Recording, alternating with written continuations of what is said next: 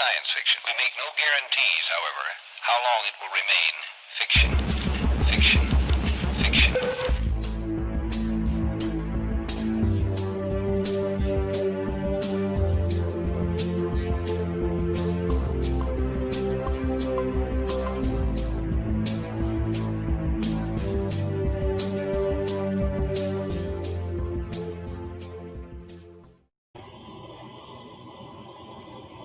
All right.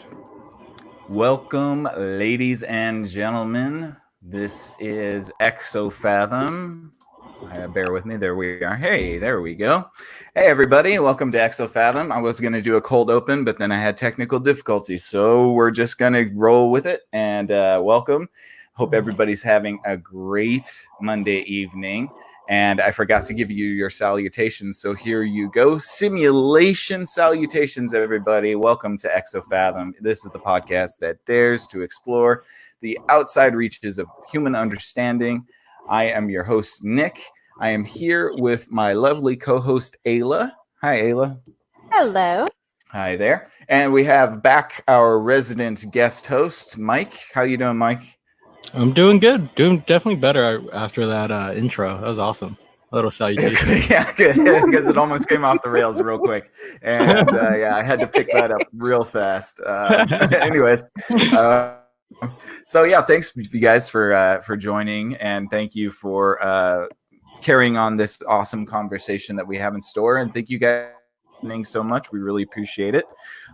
You can check us out over at thinkering.space. The Thinkering Space Facebook page, and then we also have Thinkering Talks on YouTube channel. Go check those out. Please subscribe. And let's just jump right into it, guys. We are going to be talking about something dear to my heart ever since I saw the, 2000 or 99? The Matrix. 99, I think. 99 smash hit, The Matrix. Smash hit. The concept of a simulation theory has been rattling in my brain for quite some time, and I'm sure it has been rattling in yours too. If you're at all familiar with the movie, the concept should be pretty familiar with you. But if not, I have a summary here, and this was going to be my cold open, so enjoy. Simulation hypothesis, or simulation theory, is the proposition that all of reality, including the Earth and the universe, is in fact an artificial simulation, presumably a simulation. The question of reality has plagued humanity since consciousness.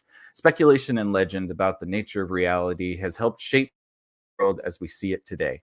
As our modern society careens carefree towards the exponential advance of technology and eventually singularity, the question whether life is a computer simulation has become more and more relevant. Does everything we experience exist in a matrix of zeros and ones, or have we merely replaced our ancient archetypes for more modern ones?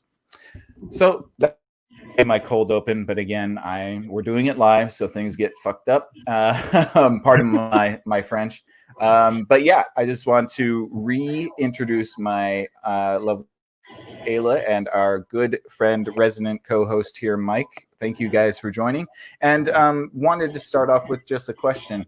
Is the first that you were introduced to simulation theory? Let's go with Ayla first. Definitely. I actually remember watching the smash hit The Matrix in the movie theater. And yeah, the scene about the battery and like they were in the white room, I remember it blew my mind, and I just sat there, and I think I watched it on the 3rd Street Promenade in Santa Monica, and then I promptly walked to the bookstore and entered my very first philosophy book, and I think I read a book like cover to cover. It's just my mind was completely open, so that was probably the first time I ever really thought about it. I think you'll be the first person in history who have seen a blockbuster movie and then read a book. It's more advanced than the actual material itself. So congratulations. Thank you. I was losing it. And what about you, Mike? I know you have some experience in the in the computer sciences area, but what was your first introduction in? Oh man. it had to be The Matrix. I was like 8 or 9, and I still went to daycare, and we went to somebody's house and we watched The Matrix, and the rest of the kids went outside and played. I just sat in the house and thought about the movie. It was the strangest thing. Yeah, everyone's outside playing, I'm just sitting there, and it just like Yeah. blew my mind for a good while. Well, even as a 9-year-old, you were an existentialist, so it makes sense. You're a just child. yeah, fitting with your Strange personality for child. sure. Yeah. But have you ever seen World on a Wire? I don't think think so. so. It's a 1973 sci-fi film, German sci-fi film that was aired for like TV, but it covers the same topics as The Matrix, and it's definitely worth a watch. It's like 4 hours long. It's part of the Criterion Collection, and yeah, the idea of a simulation within a simulation too is really interesting. But check it out. Okay. Yeah. If you hear that, you guys, World on a Wire? Is that what it's called? World on a Wire, yeah. World on And a you have to Wire. read the movie. Sadly, you have to read it. Well, that might be tough for me, but I'm sure Ayla will read it for the both of us. So, Cover to cover. Okay. Well, yeah. I mean, I think that's probably. I mean, if I'm going to be honest with myself, wasn't exactly reading, advanced philosophy at a young age or anything like that. So I probably, most likely, like you guys, I only really understood the concept of the simulation from The Matrix. I think it's interesting that when I first watched. Obviously, it's a popcorn movie. It's a blockbuster. It's a great flick. Maybe some of the more archetypal or sort of like mythological undertones were lost on me outside of like the hero's journey sort of stuff. But the more deep-rooted philosophical backgrounds of the movie were kind of lost on me until I got a little bit older. But since then, I definitely feel like it's something that makes more and more sense as I take this journey of life and I try to understand really as best as I can. I always come back to the possibility of simulation theory. And to me, especially in this sort of accelerated technological race to somewhere, it feels like the possibility is starting to become more and more tangible. I don't know if you guys. I mean, let me ask you, Mike. Is there any credence to the concept just on a cursory understanding? If you were to just kind of make a snap decision, would you say that there is a possibility, or that this is merely just science fiction and fantasy? I'm gonna do the fun probabilistic thing and say that there's always a probability of anything happening. It's very diplomatic of you. Yeah, I really hope not, because this is a really bad simulation. Well, 2020 has been the worst simulated year so far, and I definitely agree with you. If we're in a simulation right now, it's not like us. I have some bugs to report on the simulation. Yeah, exactly. A lot of bugs, actually. Like speak with the manager. Yeah, oh gosh, yeah. I'm gonna get Karen on the simulation theory. But I think the more realistic point of view is that simulation is new and kind of intellectually sexy. Mm-hmm. So it's almost like, and there's a human element to it, or like a intellectual or a sentient intellectual component where it's like, I am the center of the universe. Like something created this simulation, and that something is the center of it, and that's where I feel like it probably lies. I kind of agree with that. I kind of feel like there is a little bit of solipsism, and maybe we can get Ayla's take on that. But it certainly would seem like there is a little bit of solipsism in the simulation theory idea. Perhaps maybe it's from the concept of believing it in the first place makes you feel like you're the only one that's aware of it. But yeah, Ayla, do you think that there is any tie between solipsism and simulation? Oh, well, I mean, yeah, I think that like humans are inherently narcissistic. I mean, just think about like I don't know exactly how long ago, but when we thought that like uh, we didn't revolve around the sun, we thought the sun revolved around us and our little planet. So that just goes to show that like whenever we're on the frontier of any kind of new thought, we're going to put ourselves in the middle of it, which isn't but which to say that like there couldn't be a simulation and we are not in the middle of it, and there's all sorts of other funky stuff happening. And it's funny, Mike, when you were talking about this being a crappy simulation, I was just talking to Nick before you got on about the Matrix, and there's a line in there where he says that the first world they created was too perfect and that the humans kept waking up. And I thought, isn't that interesting that suffering is so inherent with our like spiritual doctrines and things, and that, you know, what if that were worked into a simulation, were it to exist? You know, I don't know. So Yeah, I just want some like better ways to suffer. That'd be nice.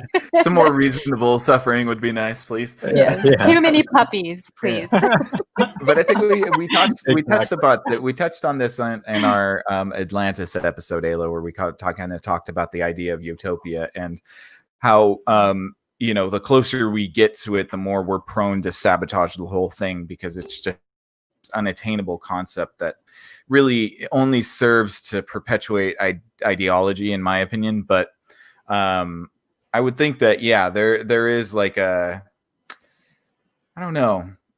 I mean, there certainly seems to be a certain aspect of that, but I can't put my finger on it. Well, I think, you know, what comes to mind is, you know, one, just because a utopia is something that can't really exist, I mean, we always can still strive for it. So that's one thing to kind of hold.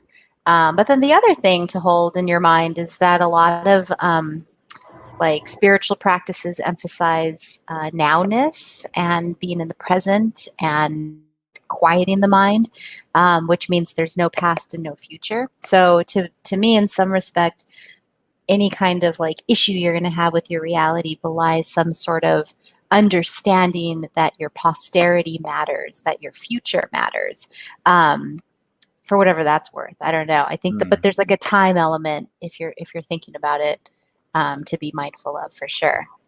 Certainly.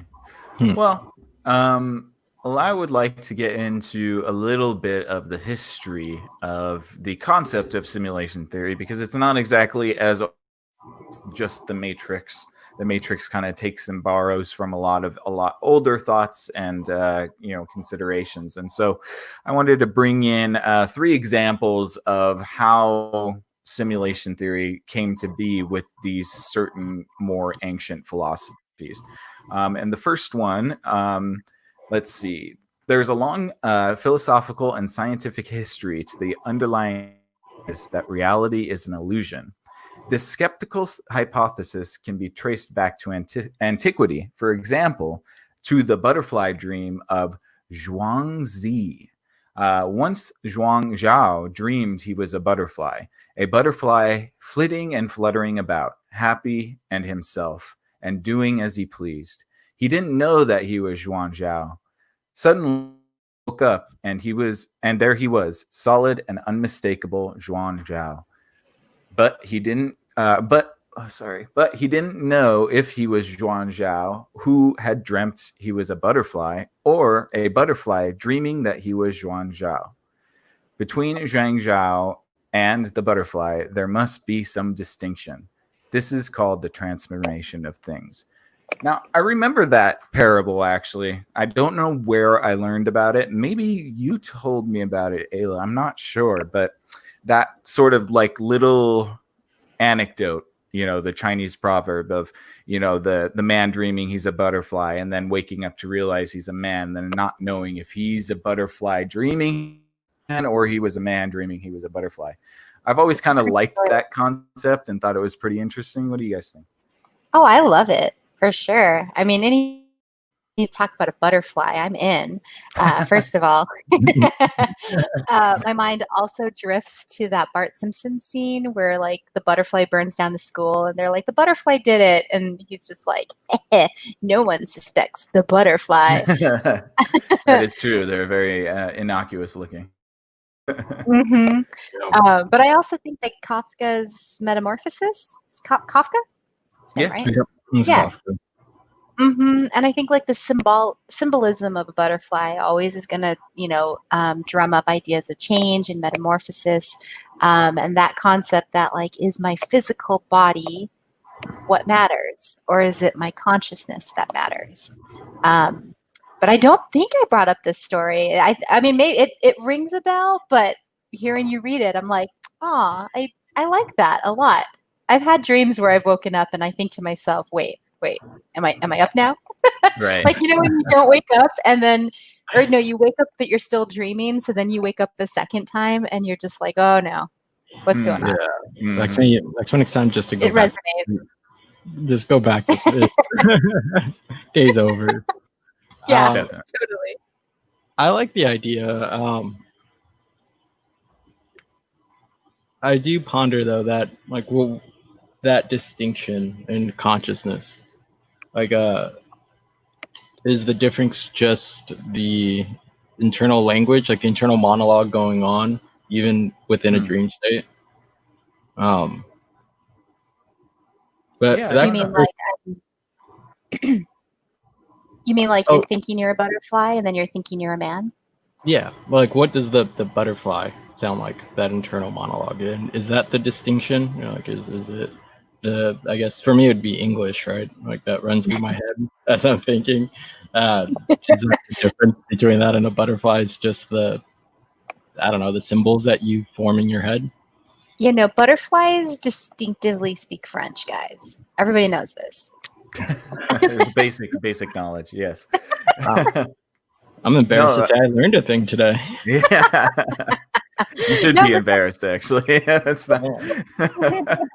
It's a good point, though. I mean, often, we have a dog, and she's very doggy, and she has feelings, but I often just stare at her and think to myself, like, what is going on in her head? Like, is it pictures? Is it desires? Is it symbols? Yeah. And what makes her, what constitutes the sentience of that being? And I think that's right. There's something kind of linguistic about the parable, and maybe a little bit more romantic than practical. But it would beg the question: are you in your dreams, or are you something else? Are you some sort of amalgamation of all the things that you think make yourself up, or somebody else up? I mean, and then who's to say that the dreams are any less real than the reality itself? And I think it's interesting. Well, I think it's interesting you brought up the idea of linguistics, right? Because we're talking about an animal, butterflies, a species, they're not human. But we have dogs now that are learning how to talk. Like, have you seen those grids where you have like the buttons and it's got like food, outside, love you, food, water? Yeah. Have you guys seen those? Yeah. Yeah. Yeah, Nope. and like you'll have dogs that will press the different buttons and they're actually making like one will say outside and it'll look at the door. So then you start wondering, okay, well, if language is just something learned and you're breaking it down to fundamentals, because humans are still animals to some, we're mammalian too. So, maybe we just have this developed linguistical prowess, but still at our core, I don't know. I'm kind of going off the deep end. Back to the butterfly. Well, and Sorry. Circle to what Mike was saying then is like how much of that constrains our conception of of the butterfly. How much of our our inability to probably communicate what the butterfly's experience is hindering us from that experience. Yeah, but it's like too, like in parallel, like this like the tale of the Spanish ship showing up to I think Southern America, wherever, and the natives couldn't see it because they didn't have a word for it. Right. You know, Right. Yeah, they couldn't understand what the sails and the horizon were because they had no concept of that type of thing. correct. Which I would love to see if that's actually true, because I've heard that as well. And I mean, I guess we just live in a point in time now where you probably won't ever see something in your adult life that you don't know what it is, and that you can't reference it off of something else, which has got to be such an incredible thing to witness if you have no reference. I mean, imagine seeing something you have no reference for. Do Yep. you see it? Seeing something you have no word for. Do you just make a sound like some strange? Yeah, right. I don't know. I don't know. Do you make a shape with your hands? Do you gesticulate, pointing at it? But I mean, then are you just pointing at something that nobody else can see too? And I think that that's really interesting, that the way we kind of use linguistics in order to also shape our reality. Obviously, we've spoken about how, become reality, and words have intrinsic power to them as they are. But it's certainly interesting, and maybe we're getting a little bit off of the simulation theory, but I think it kind of adds to it as well, because if we're able to use linguistics to contextualize everything, then maybe perhaps that's baked into the cake of the simulation, is that we have to have some sort of code that we need to speak in order to exchange information. Yeah, Or maybe you have to we shape just your see it. simulation. That's right. Mm. Yeah. Well, I wonder if that's a requirement when it comes to having other participatory bodies that you interact with. Because recently I was thinking about Ishi, the last of his kind. Do you guys know who this is? Who? No. So, like in the 1800s, you still had the U.S. government, shutting down different native colonies and putting them in camps and moving them and all this stuff. And so one guy, he and his tribe, they ran away to the mountains in Utah, I think, and they were in really, really dangerous territory, and they were unable to be captured. But their numbers had dwindled so far that only one man remained, and his name was Ishi. And when the last person died, he walked out of the canyon into like a township, and they threw him in jail, and they didn't know what to do with him. And so then I think they had like an anthropologist come out to talk to him, and he used hand signals to talk about his experience, but he had no ability to understand English, and they had no clues on how to talk his language. And so I don't know, I've been thinking about him a lot in the sense of like, if you're from a world that's completely different and you're also the only person that remembers that group and that way of life and everything, and then you're stuffed in like a new simulation, really, if you think about it, like, quote unquote. I don't know. It's just interesting to me because it seems to me like with this butterfly, he's not interacting with other butterflies. If he were, that would introduce the need to communicate and then corroborate the dream of both being butterflies.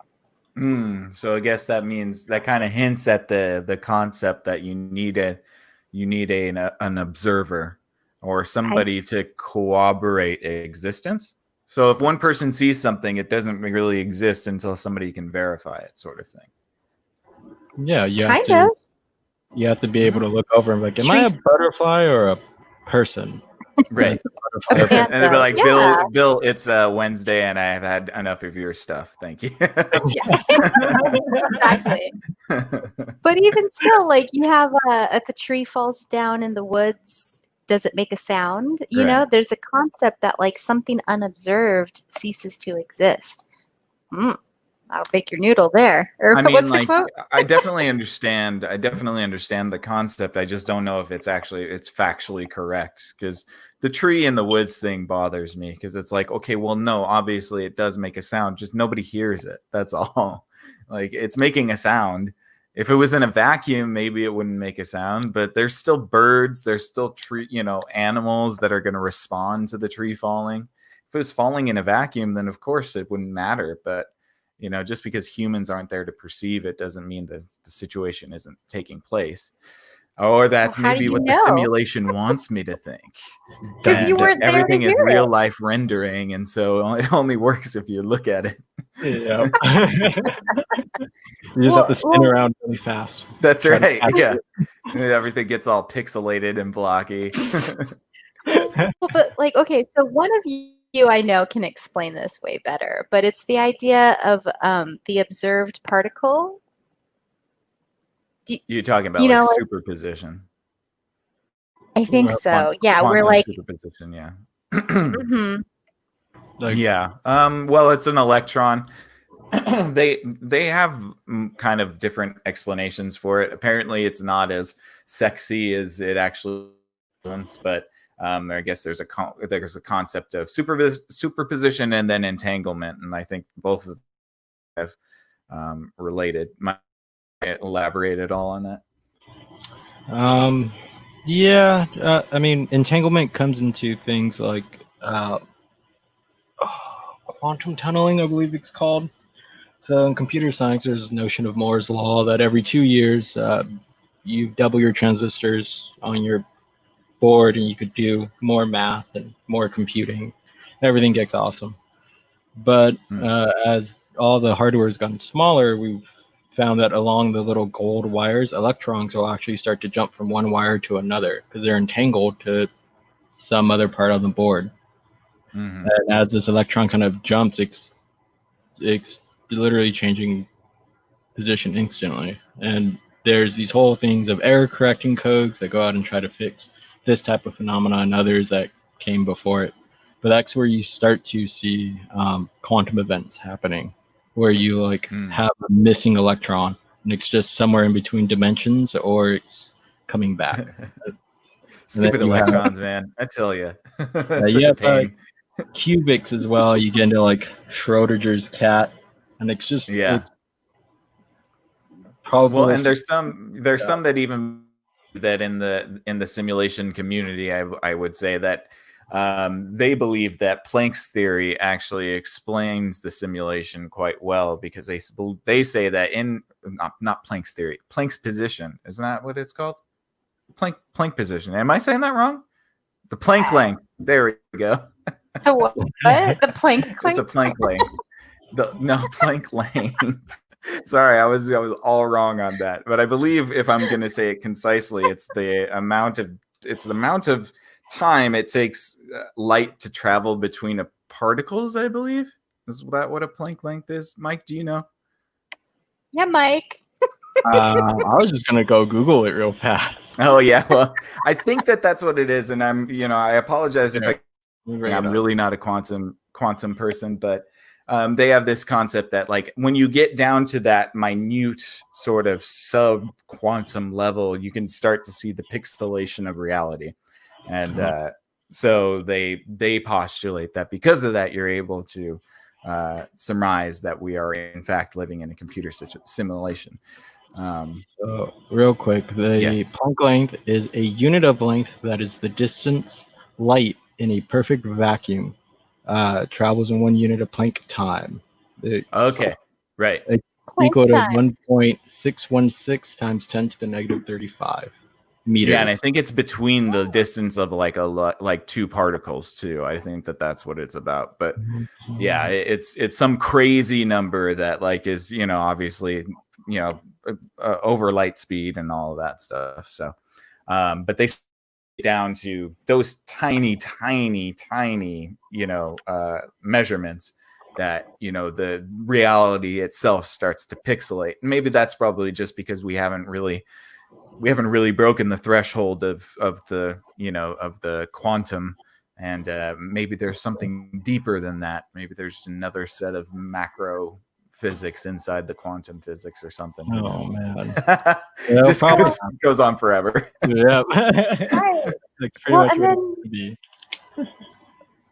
Yeah. Well, and then okay, so I don't know if one of you can help break this down, but I looked up. It's called the quantum observer effect, and it's, in other words, when under observation, electrons are being forced to behave like particles and not like waves. Yeah. So this comes That the from the mere double. act of observation affects the experimental findings. Right. This comes from the famous double slit experiment.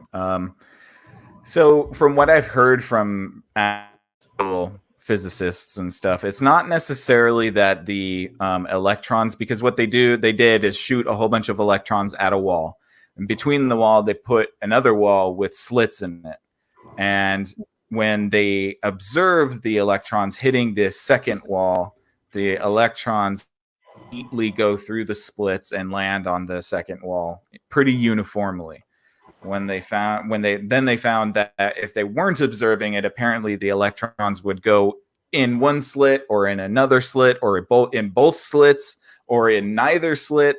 So they couldn't really understand what was going on. So they postulate that, subatomic particles really only position themselves when they're being I don't know. A lot of physicists don't really think that it's that much of a discovery. They kind of like they say it's a lot of woo, but a lot of simulation theorists would say, well, that's the real time rendering that we call it. So if you've ever played a video game, and like Mike said, if you turn around too fast and the world is rendering in real time, so sometimes you'll turn around too fast and you see a blank screen, or everything is really crude polygraphs or polygons, and like the textures aren't there anymore, and you have to wait for it all to kind of fill in.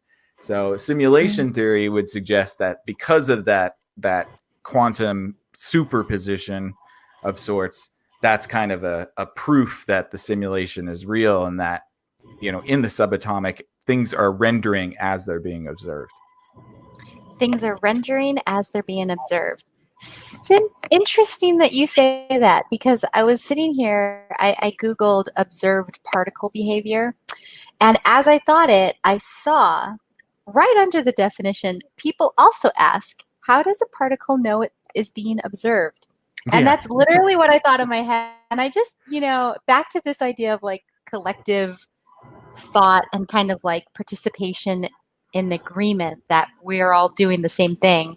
I just thought that was kind of funny, the way that this whole Google thing can kind of just like read your mind in a weird way based on trends. Well, yeah, I'm sure. Yeah, it's more than that.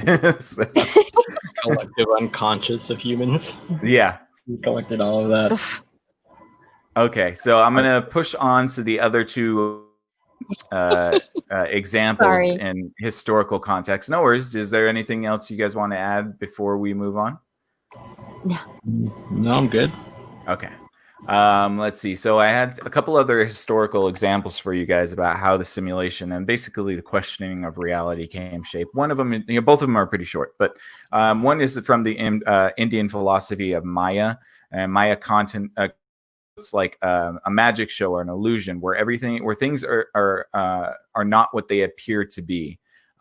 So that's a very old in like the Bhagavad Gita and Hindu mysticism. The concept of the magic show or the illusion has been around for a long time, and that sort of like sleight of hand maybe, or sort of just illusionism and mentalism and stuff. The other version is probably one we're more familiar with, and it comes from the famous René Descartes, who famously said cogito ergo sum, I think therefore I am. He was having a bit of a mental breakdown, it seems, and was trying to contemplate how he knew he actually existed. And after racking his brain for quite some time, the only answer he could really come up with was, well, if I'm contemplating my existence, I have to be existing. And that seems to be good enough for him. But that's stuck with us throughout Western civilization. And I think that the concept of consciousness is so intrinsically tied to our thought of our existence that it seems like such an obvious statement, but it's also just quite profound. Yeah. Yeah, no, Descartes, his well, no, it's interesting because he actually, no, I'm thinking of Kierkegaard. No, yeah, no, Descartes, his whole thing, yeah, I don't know. The idea of thought, the idea of being able to self-question and self-awareness, I think it's definitely a start, and I wondered to myself prior to him in what ways we were alluding to that, but not talking about it specifically, right? Because he's the first one that kind of like named it. But I mean, did humans really not ever think about like whatever indwelling being is thinking and like motivating them to do things? Well, I no, don't I know. don't. I don't. And I'd be really surprised. Yeah, no, I was just gonna say I don't necessarily think so. I think you're absolutely right that like I'm sure it's something much older than just Descartes. But he hits the nail on the head. That's for sure. I think that's a really powerful statement. And if this were a simulation, why would they want us to all know that? I mean, Right? thoughts can be little simulations within simulations. I mean, how many times we have the terms of like subjective reality, implying that there's some sort of objective reality that happens, but we take it in and individually make it our own through this Certainly, yeah. process called thought. Right. We're creating little Ayla. We're creating little holograms. Remember from our gateway experience. Yeah, no, you were talking something about like the static of like zooming in too far, and then I Oh like yeah. thought of something from that paper, and I had to mute because I just went like, "Whoa!" I had like a little moment of thinking about stuff. Yeah. Because I think it's interesting, like if you were to compare reality to a picture, well, if you zoom out too far, you can't see it anymore. It's too small. And if you zoom in too far, it's too grainy and you see like it's like a Monet, right? And it's all like just pixels. So I think that's Well, kind it's of funny because interesting. if you zoom out too far, it becomes a pixel, and if you zoom in too far, it becomes a pixel. Right, exactly. It's a pixel no So, matter what. Like a nice. right, and It's so it's all like about there's the this middle ground. right, and there's this sense where it's like, you need 100% reality. Otherwise, it's off somehow. And how do we know? How do we sense that it's not 100% reality? I mean, that would be the requirement for a successful simulation, is that you can't sense that something's off. It would seem yeah. Well, I think the best thing I think what we really can only do is just confer with each other. I think that's the only reason we're not all going crazy right now, is because we have the ability to check reality off of each other. And maybe that's something that's necessary. Well, and yet, notice Descartes doesn't say we think, therefore we are. He says, I think, therefore I am. So I think that's also like interesting, because Mike was saying a little bit about just individualism and being able to go within and have your experience. But there's like this whole other wing of philosophy that's called knowledge of other minds. And you really don't ever know that another person is real. Like that's all their jam. It's under like, I think, the whole metaphysics cloud, and it's very interesting stuff. They have all these little like examples and things like that. But yeah, I think that there's something to be said about collective experience and kind of this idea of like an agreement that, I agree the sky is blue, you agree the sky is blue. Something Are we like that we wandering call as blue is the same. What's that? Are we like wandering towards some social contract version of reality? I mean, that's kind of Maybe. what I was thinking in my head, like, that's what language is. And, social contract theory is kind of like the precursor to modern democracy. So if we keep accelerating, yeah, I don't know. I just don't know. That's a sticky subject there. Well, it brings in things like if everybody agrees that one person doesn't exist, then that person doesn't exist. And that's the Amish, right? Like, I mean, that's kind of different, but I mean, you see the power of shunning a human. And actually, looking at like ancient lore, that concept of casting someone out of civilization, there's a word for it. The Exile, Kyle? banish, what? banish, Exile. exile. Yeah. Exactly, exile. And there's a book I'm reading where she was talking about how like you'll notice that a lot of like prophets were exiled. This concept that you have to like leave everything and then come back with some sort of newfound information from your travels. It's kind of like a known archetype, which is kind of Yeah. interesting that we recognize that too. Nietzsche's Zarathustra that goes away for a while, comes back, and then he leaves again because I think the people weren't ready. But yeah, no, it's interesting. This notion of exiling and the individual simulation that we all have within this, I guess, bigger simulation, if you want to frame it that way. Mm-hmm. Yeah, Zarathustra was like the OG hermit back in the day. He went up to a mountain and meditated with an eagle and a serpent and came down to the people and was like, "This is what's up right here." And everybody's like, "Oh, it's just Zarathustra. He's being crazy." And he's like, "All right, I'm leaving. You guys won't listen to me." Well, but then you know what's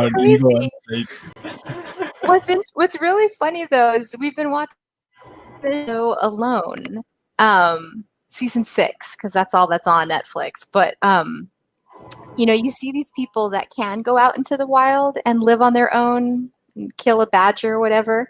I don't know that I would want my deep philosophical truths coming from these people. Like, if we're being straight up, because some of like there's 3 of them that are just really kooky. They probably know some and things. society doesn't want to deal with kooky people either, you know.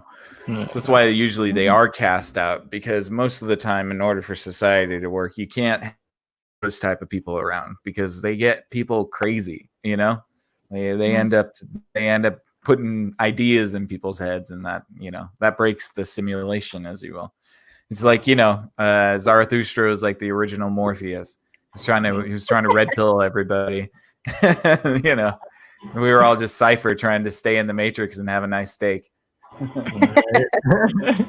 Well, okay, so like if I had ever decided to go back to like graduate school or something, I always thought that I would write about Nietzsche's repeated use of the word actor in his very final book, The Gay Science. Because, you know, like all his books, they have at the end, you can find like key terms and then you see like the list of pages that it's represented on. And so I noticed that the word actor had like 50 pages where he was talking about it.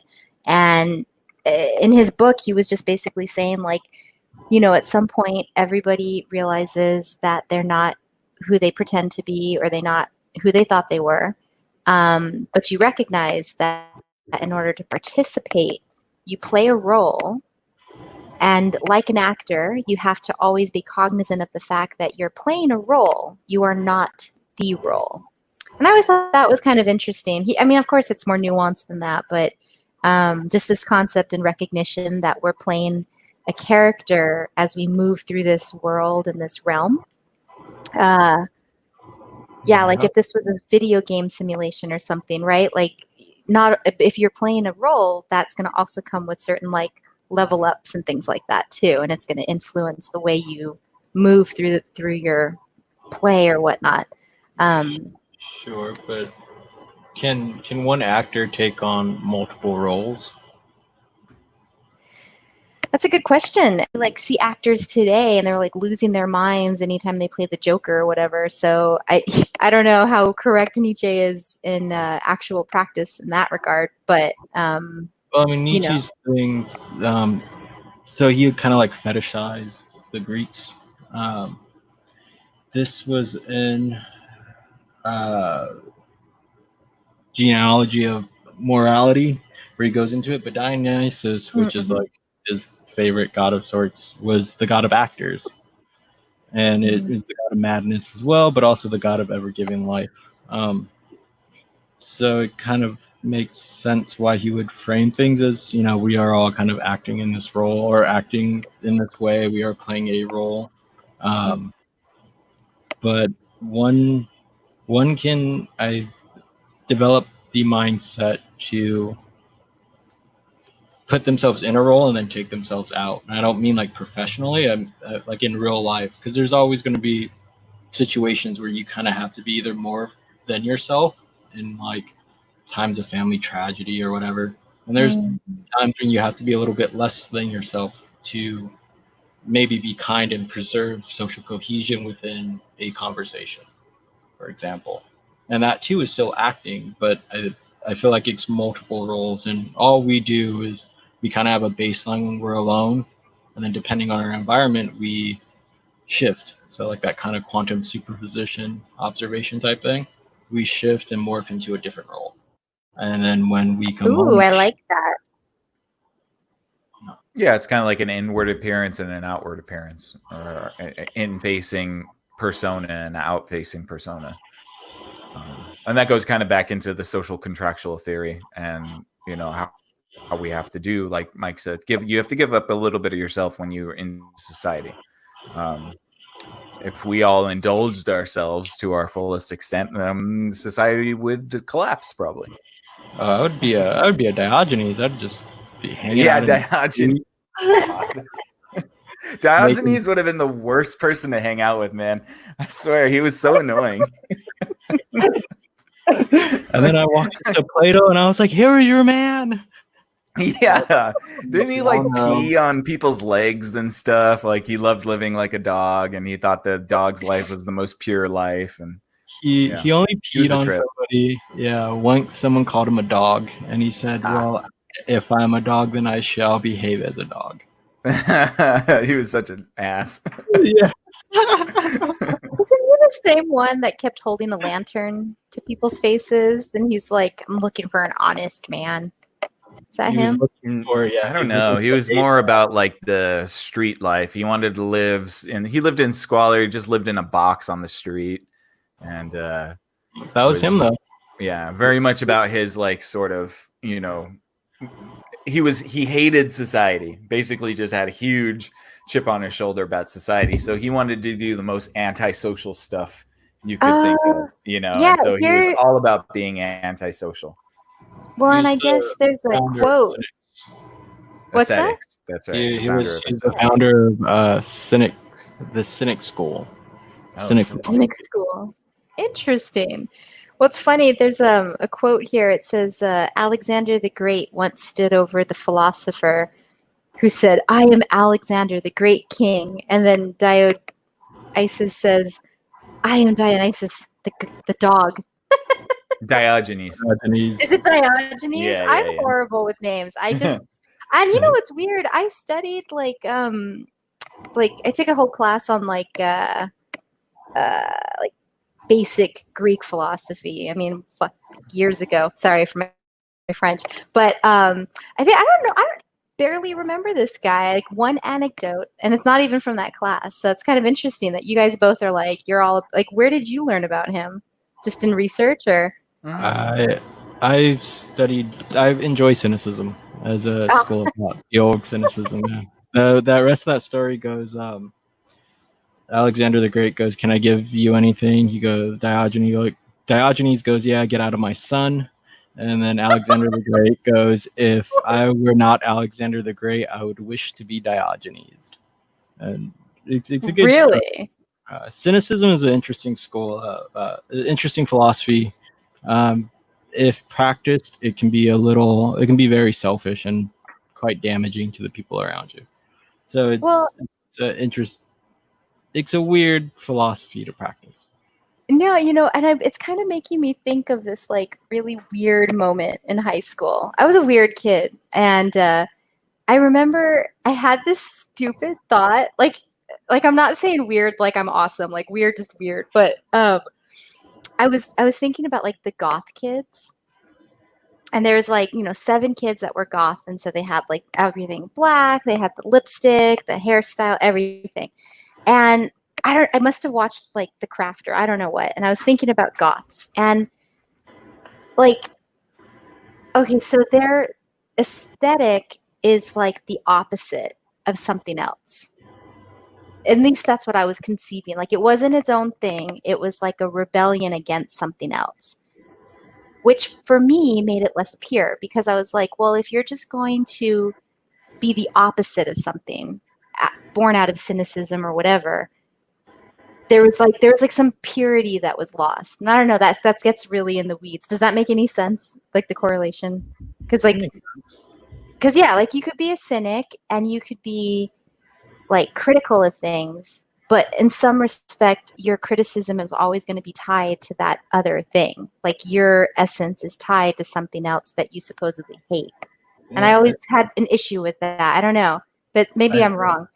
I think there's a natural flowing dualism in philosophies, and that comes from like an Aztec philosophy thought, where it's not like if you have two different ideas, say love and hate, it's not love and hate as two separate things. They're both the same thing, just existing on a polarity. That's an occultist point of view, though, if you start to talk about polarity, but it works for the illustration. So I kind of see these things as like if you get a philosophy that's grown out of hating something, more than likely it's because you secretly love it, but the two end up working together no matter what. Yeah, there's like a symbiosis that's created, which is interesting. You said that was like an Aztec kind of thing. The idea of the total, yeah, it's just dualism. So it's two ideas that are actually one. So life Well, and then, death would well, be one idea. Hegel has some copyright issues then, because I always think of like Hegelian dialectics, and so anytime you create a thesis, you instantly create an antithesis. And he's all about synthesis, which ends up just being a new thesis for which there could be an antithesis. So it's like this never-ending battle of thought. Yeah. That's interesting. I'm going to have to read about the older school thought, though, because, I mean, anytime I can kind of look at modern philosophy and then look at what the ancients were saying and just be like, you wrote 500 pages about this topic and y'all scrolled on stone. Like the succinctness of ancient civilizations is beautiful. It had to be. It's a lot of work to get those into stone. Seriously. Oh, man. But man. Are we in the weeds, Nick? Yeah, deep in the weeds. Yeah, we're deep in the I've been weeds. just waiting for you to run out of steam so I could change it. I was gonna try to tie it all into simulation. I was like, work this, all these threads. Yeah, you guys got real deep there, and I'm like, I'm gonna let the conversation go where it goes, and I'll just circle back to it once it's done. All right. Well, yes, that was very interesting. So I enjoyed listening, and I'm sure our audience did as well. I am going to put us back. Kids. Yeah, I'm going to put this a little back on the rails. We still got quite a bit to go through, so I'm going to, I'm going to skip the modern representation with Nick Bostrom.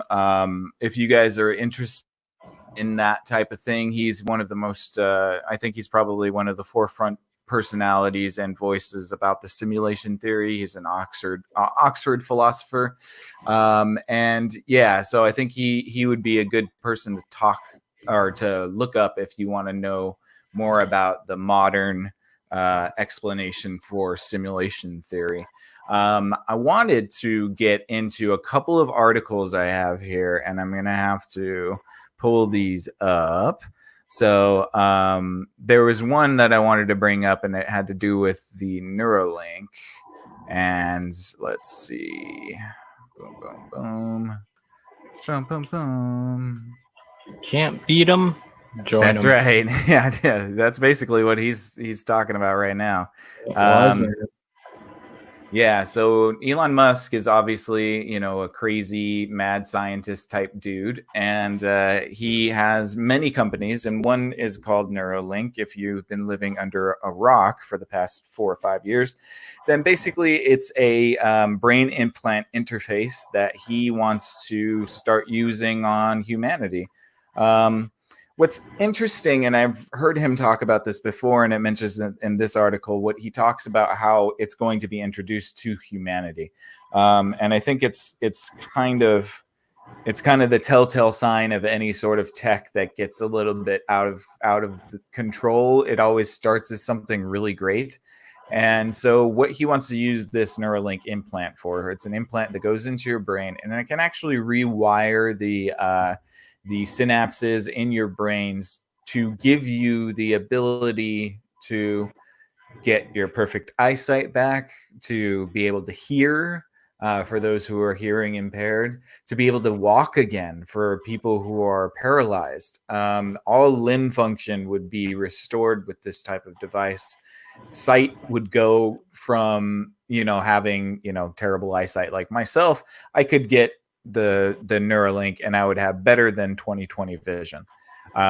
Obviously, I don't know, that's not going to be until maybe 5 or 6 years down the road, but he's very confident about the idea that this is going to be something that can help bring people with impairments back to a sort of baseline with everybody else in the world. What I wanted to mention is that obviously this is the most Trojan horse that I can think of. If this were to be a part of the ushering in of the simulation theory, like, who would say no to something like this? I just got creeped out that you said the ushering in. So I'm just thinking, like, ugh.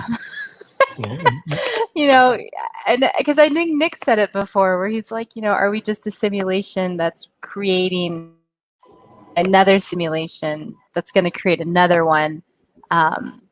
Because I don't know. Like, probably it could go either way. I have no evidence one way or the other. I'm intrigued as to where all this stuff, like if it's sending data anywhere, like if it's sending your synapse function.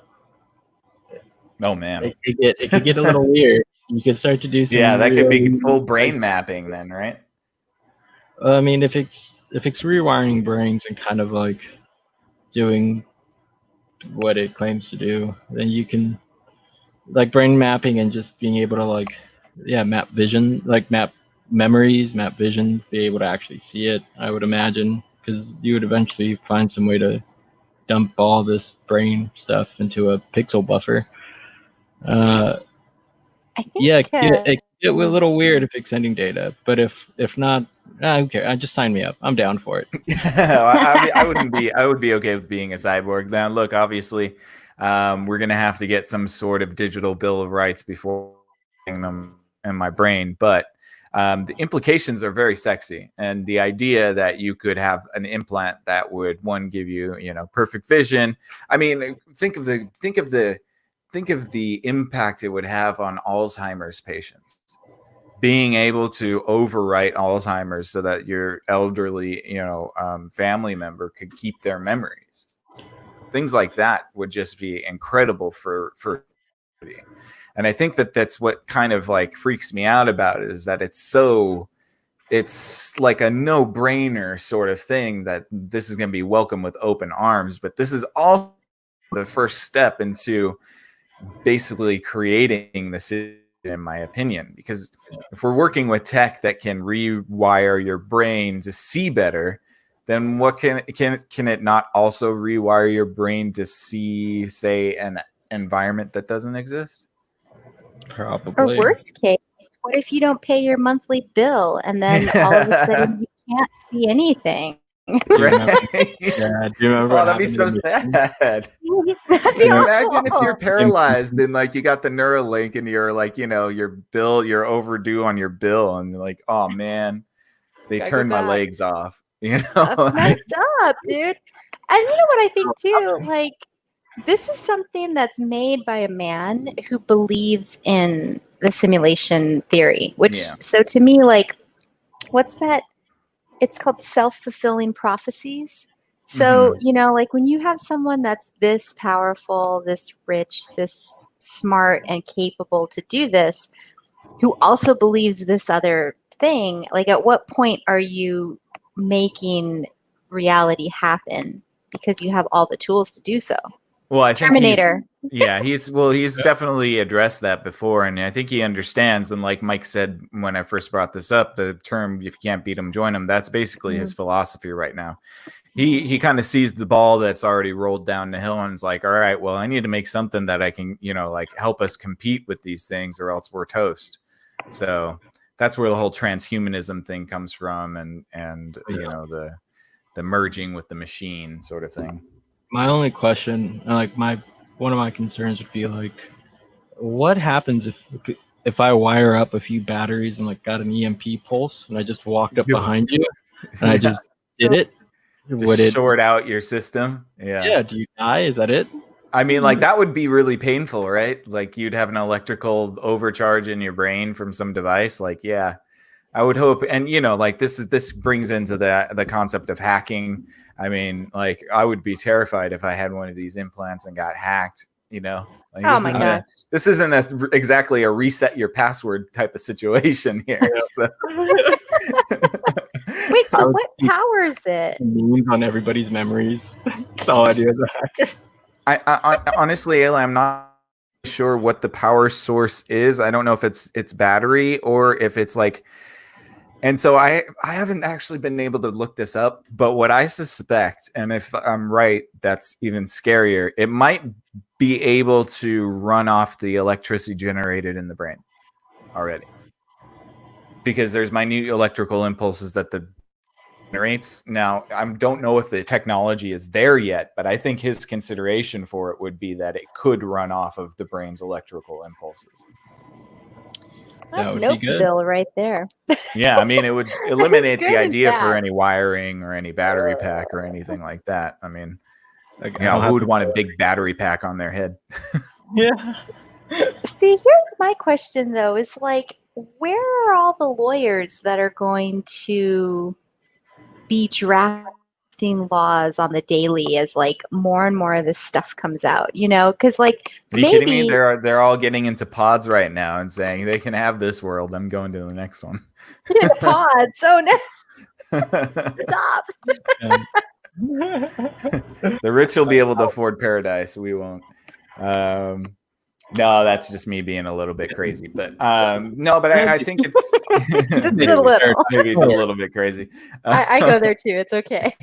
Yeah, but no, I think this is really interesting. I think that it's already in the testing stages. So there is somebody, I believe, currently with this device, and I don't think that it works as fantastically as he's saying it, but the potential for it to work in the ways that I was describing is there, and it's absolutely what they'll be working towards. And then eventually it will be an internet interface that's implanted in your brain. So not only will Neuralink be this type of thing, this is why I'm saying it's such an elegant Trojan horse, because the main of Neuralink is supposed to be the transhumanist agenda, where you merge with the AI so that you can compete with them.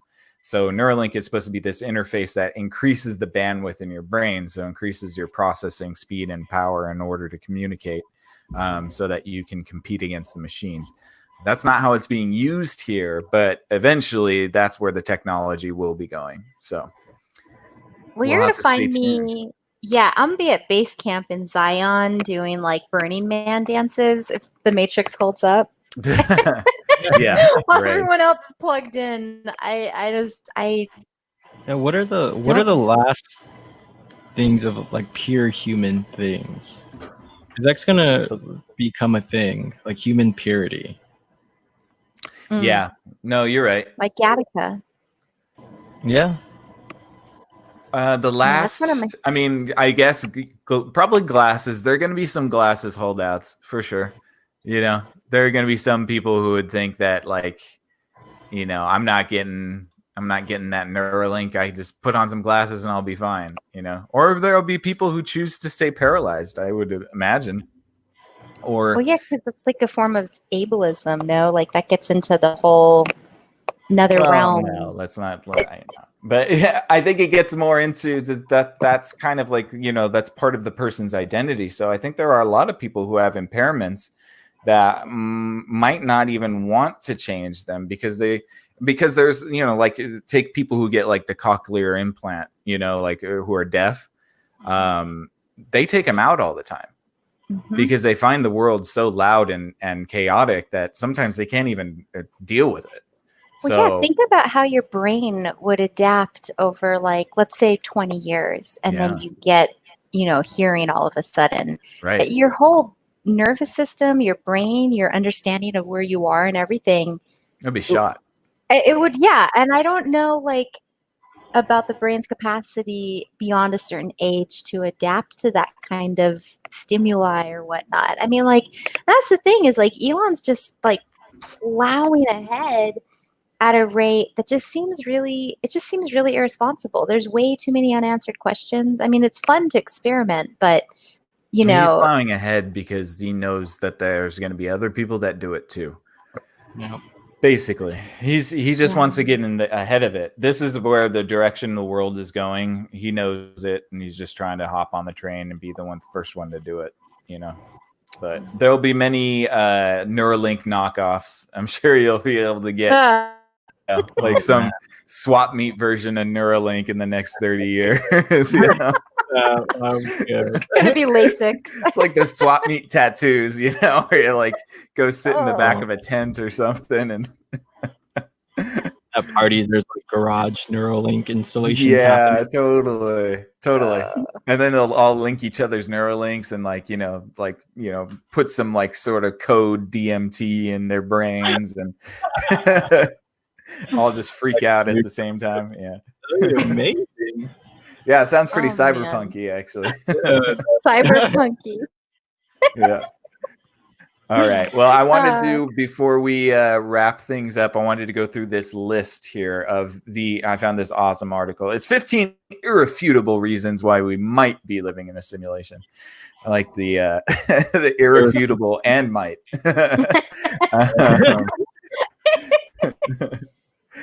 So here we go. I'm just going to run through these real quick, and you guys can chime in after I say what they are. But the Mandela effect. Now, that's something we haven't done an episode on yet, but I'm sure we will do at some point. Do you guys have a favorite Mandela effect? Shazam, I like that one too. Bernstein Bears. Yeah, that one's a really good one. The Shazam one always messed me up because, I don't know why Sinbad the Shazam one? Sinbad was a genie. It was like the response to Kazam with the Shaq, but it was like kind of like a cheaper budget version. It might have been a made for TV movie, I think. But yeah, where Sinbad played a genie, but he claims that it never happened. So and the movie doesn't exist. The movie doesn't exist. Yeah. Apparently, we're all just thinking of Kazam with Shaq, even though I know distinctly that there are two different movies. That's how I feel too. Exactly how I feel. Right. So, I mean, that Mandela effect, for those of you guys don't know, is this concept that something is going on within our reality in which there are people misremembering things en masse.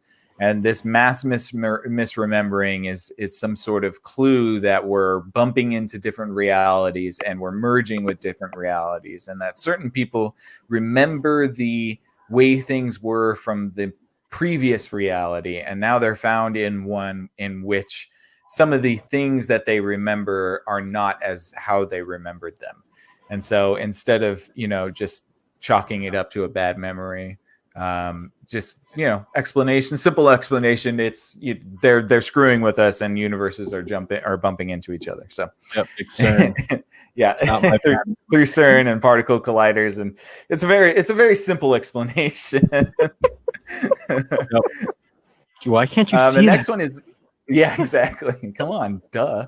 The next one is missing aliens, and this is basically like, okay, well, if the world is so big or the universe is so big, how is it possible that we haven't seen aliens? And if we haven't been able to see, definitively see aliens, that would hint as some sort of like solipsist universe in which we're the only thing around, and therefore it has to be a simulation, because what universe would exist without anything else in it? Which I think kind of is an interest. Like, what if they are the only thing in the universe? Like, why would that make any sense? Yeah. And plus, we saw those UFOs already, right? That's right. Right. We did. Disproven. Yeah. Did they ever find out what that was? No. Oh, we'll get into that when we do our secret space program episodes. Then we'll get into UFOs, because I think most UFOs are just actually secret military spacecraft. So, or just like space trash. You know, if we're throwing trash out into the universe, how do we know other planets aren't also? You know, that could be their version of Elon's space car. trash. we're just the universe's garbage dump. Wow, that would suck. I wouldn't be shocked. Just a theory. Yeah. The next one is the electrons thing. So, Ayla, you kind of mentioned that with superposition and entanglement. This postulates that this is an indication of, real-time rendering, in which, the world, once we get down to that level and look at it, that's when it defines itself. Do you guys have any thoughts? I think we've already kind of covered that one. Yeah, I think we have. This one says that DNA contains this computer virus. So I'm going to read this paragraph because I haven't corroborated this. Crazy. Yeah, this is from the Vulture, so the pinnacle of truth here. In 2017, a multidisciplinary group of researchers at the University of Washington proved that they could embed malicious computer code into physical strands of DNA. Okay, what? That's a podcast. Have you heard about that? No, I haven't heard about that. God, that's a different podcast. Okay, we'll have to come back because that is fascinating. I'm saving that one for later. Climate change, how convenient. What is this BS? What did I bring to our show? Okay, video games that look like real life. So this is the posit that that now that technology is accelerating at such a fast rate, we're beginning to see more and more how technology can mimic reality and almost be indiscernible from reality. I think that's a pretty strong argument. I don't know. I'm sure every video game generation looks like real life. Like even back on the PlayStation 2, I was pretty sure I was like, these graphics are amazing. Like, yeah, when I was playing Mario, 8-bit Mario, I was like, man, look at the muscle definition. Yeah, look at that. Shading. Have you guys played the VR games though? I'm obsessed with this block game, and it's like, yeah, they have the headsets on, and it's taking your visual, and it to some extent feels real because the handles. Anyway.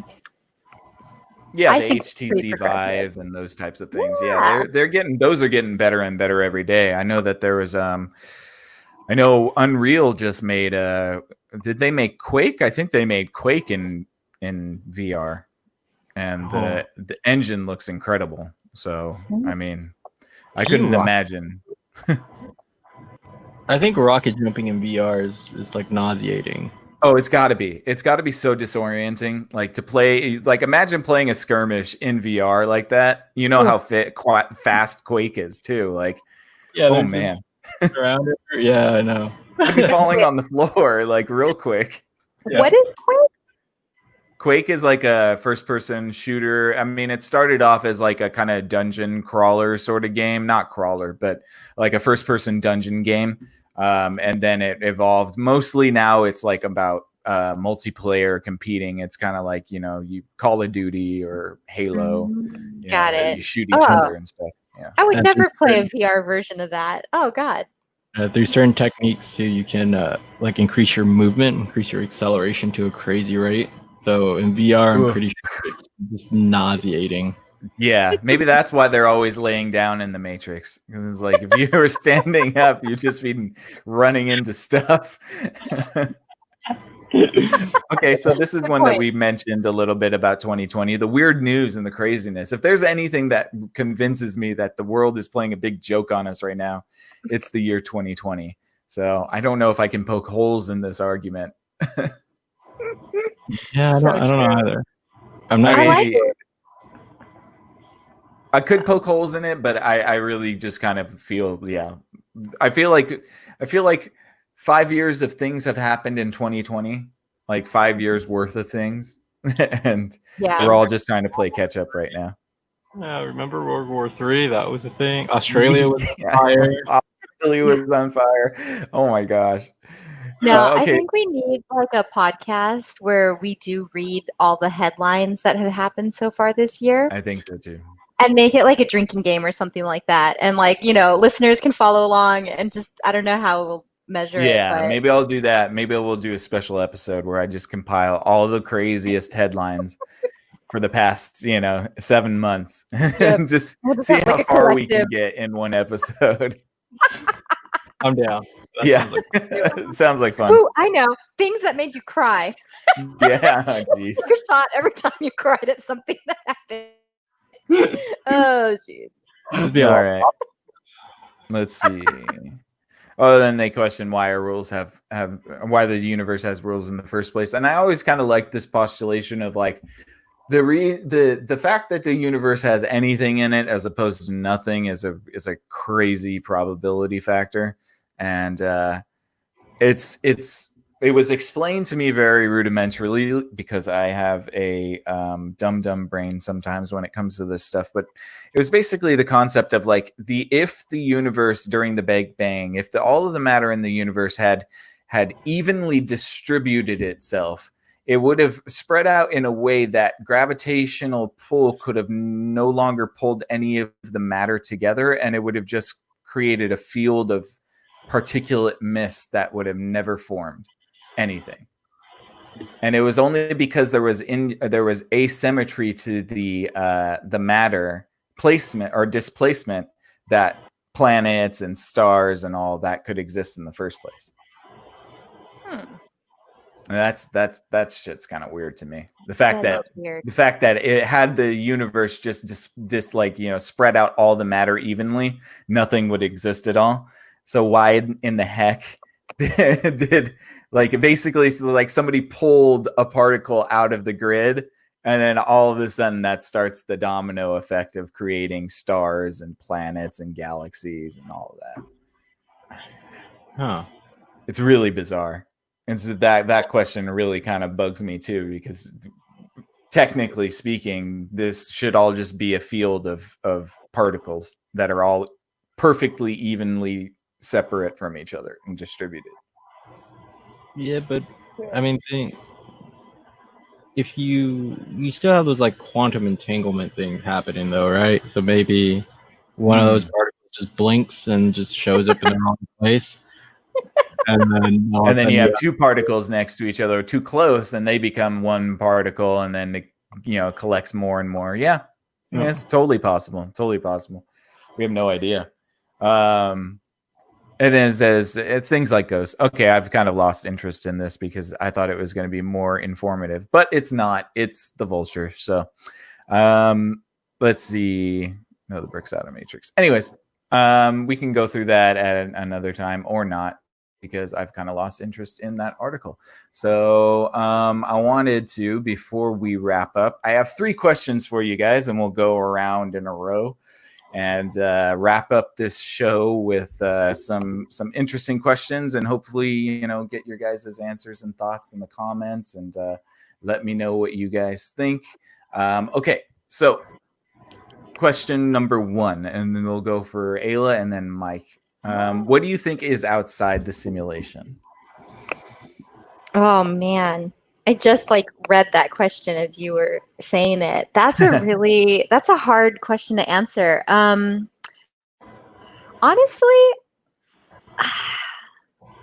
I would just say it would be something similar to Earth, that we tend to create things that are inspired by things we've already seen. So God, for instance, we just decided it was a man because we are, humans and things.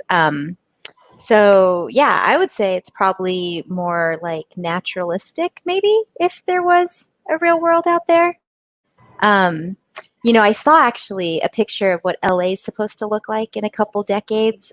They're doing that whole reforestation thing where they plant more trees and they have wildlife bridges. So I would like to believe that there's some futuristic world out there where it's beautiful and nature's taken over, and underneath you have some sort of crazy robots running the show or something. I don't know. That's the best I could come up with. All right. It's like a hybrid reality. It's going to be another simulation. Yeah. It's just simulation on simulation on Yeah. simulation. But what does I it got look a like? feeling if that's the case too. What does it look like? But what Hopefully would it? better Yeah, like than this place. Better as in like, I don't know, just more cyberpunk. Mm, A mhm. cyberpunk simulation. Cyberpunk 2077 is just sitting on Yeah, top. I can't wait for Right. that game. Yeah, Legend no, of Korra. Yeah, I would tend to agree with you, Mike. I think that there's probably we're looking at a Russian nesting doll situation. If simulation does exist, then it probably is just like fractal, like the universe, and the reality. Seems the nature of reality is fractal, anyways. I suppose if you ask like if I'm just kicking the can down the road, like what's at the very end of it, Mm, I wouldn't be shocked if there was either absolutely nothing, mm, like get real solipsis with it, or if there were other like vastly different simulations, I guess, like yeah. getting closer to more like a multiverse theory, but just Mm. something that our physics doesn't do, something that we have no comprehension of. Oh, they got the cheat codes in that universe. Damn it. Yeah. The cheat codes. Well, I think I heard something really frightening when talked about what could be outside this simulation, and the answer was something along the lines of, well, if a simulation exists, it has to be better than what it was created in. And so I if know.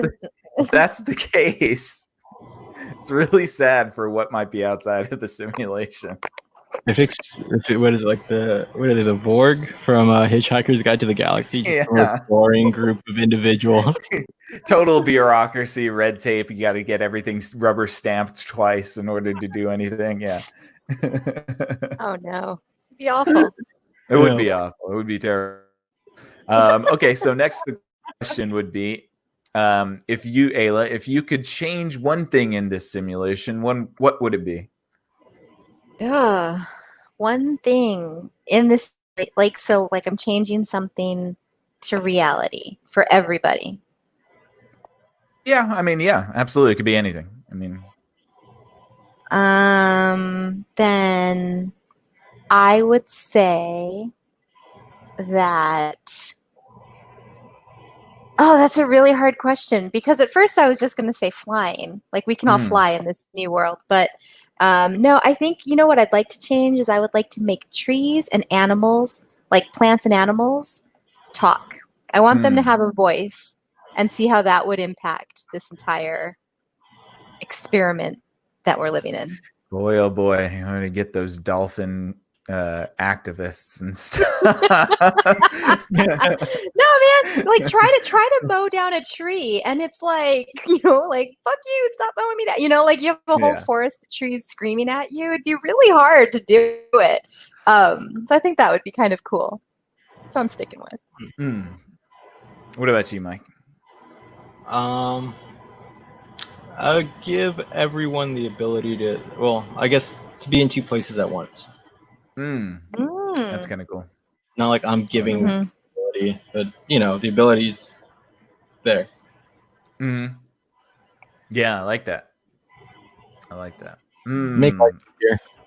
It would make life easier. You get twice the productivity. So true. See, I mean, I think I'll go a little bit more selfish. If I could do one thing to change the simulation, I guess maybe be able to control the time mechanism, because I've always thought it'd be great. Like, you have those moments in your life where you just wish you could pause, that it's such a fleeting moment, but it would be, you could spend a lifetime in it, sort of thing. I think that would be kind of cool. Like that would be interesting. Yeah. I mean, it would be fun. Cool. Yeah. Well, let's say you're on like a really awesome vacation and you're with friends and it's perfect. And you're like, let's just hit pause and just chill here for a couple of years and not age. And everything's kind of stays the same, right? Like, and then you go right back to your life when you're ready to unpause. Yeah. Okay. Well, tell Elon that Once we get moving with the next one. We'll be that's there what we soon want. enough, I'm sure. Ah. All right. And then the final question I have for you, lovely fellows and compatriots, red pill or blue pill? And this isn't in the See. political connotation. This is in the Matrix connotation. So And which one does the red one's the one that takes you out, right? correct. If you take the blue pill, you stay in the Matrix. If you take the red pill, you are removed from the Matrix. I would red pill. I'm just a curious person. I'd have to know. Even if it was like the worst decision, I would want to know. I couldn't live and know that like I had the option. Well, you To wouldn't know. know? Yeah, if you took the blue pill, Oh. you'd be oblivious. Yeah, no, red pill. I want to know. Still, principled. I like that. What about you, Mike? Definitely red pill. If I only have to pick one, if I could try to do some weird thing with both of them, Take them both at once. yeah, that'd be It's only kind of woke. yeah. I like it. That's a pretty good. I mean, like that would be the best of both situations. You get to enjoy. I mean, like I would love to. I'd love to tell you guys that I would be a red pill person because cool and all that. But I mean, really, if I'm thinking about it, Cypher had the right mindset. Like if I don't know that I'm in the Matrix, what difference does it make? The only reason I would want a red pill is to be in the Matrix and do all the cool Neo stuff. I mean, if you think about it, people who red pilled really lived a terrible life, and like they had it the worst off. They had to be fighting robots and stuff under the ground and having giant orgies for their last thing that they did as a human species. Burning Man. Can I change my answer now just to red pill? Yeah. I mean, like I would like to be a truth warrior, but a pill might be my way to go. Well, what I used to think about it was that either way, you're gonna expire at some point. Now, do I want to expire in a tub of my own goo, eating dead other people? No, I would feel much better having lived and then like knowing that like I'm experiencing everything that's happening. I think that's kind of where I was thinking about it. Like I wouldn't want to die in that little pod. Yeah. Well, I mean, I think that's the main question and conundrum that simulation poses, right? Is if it's real, do you want to know about it? And what does knowing about it add to your life? Mm-hmm. Some would say that the knowledge of your existence inside the simulation would be better for you overall. And, the knowing of the truth is above all the most important thing. Others would say that, if it's inconsequential either way, what's the difference? So I think that there are two schools of thought on that one. And I think it's very interesting where we all lie on that for sure. Yeah. That truth, man. Got to keep chasing it. That's right. Well, I think that's going to wrap it up for us, ladies and gentlemen. Thank you so much for listening. I appreciate it. We all really appreciate it. We hope you enjoyed this episode. We had a good time chatting it up and getting a little goofy with you guys. And we hope that you enjoy. Please give us a like, hit that like button, leave us a comment. We will be responding in the comment section. I know Ayla stays on top of that. So if you have any feedback for us, please let us know and we'll get back to you as soon as we can. I want to give a special thanks to Ayla and a special thanks to Mike. Thank you guys for jumping on yet again. It's been a pleasure as always, and we'll be reconnecting next Monday for our next awesome conversation. So thank you guys. Yeah, thank you. Definitely. All right, all you cognonauts out there, I hope you stay out on the Exofathom, and we will see you next week. Take care, you guys. Thanks so much.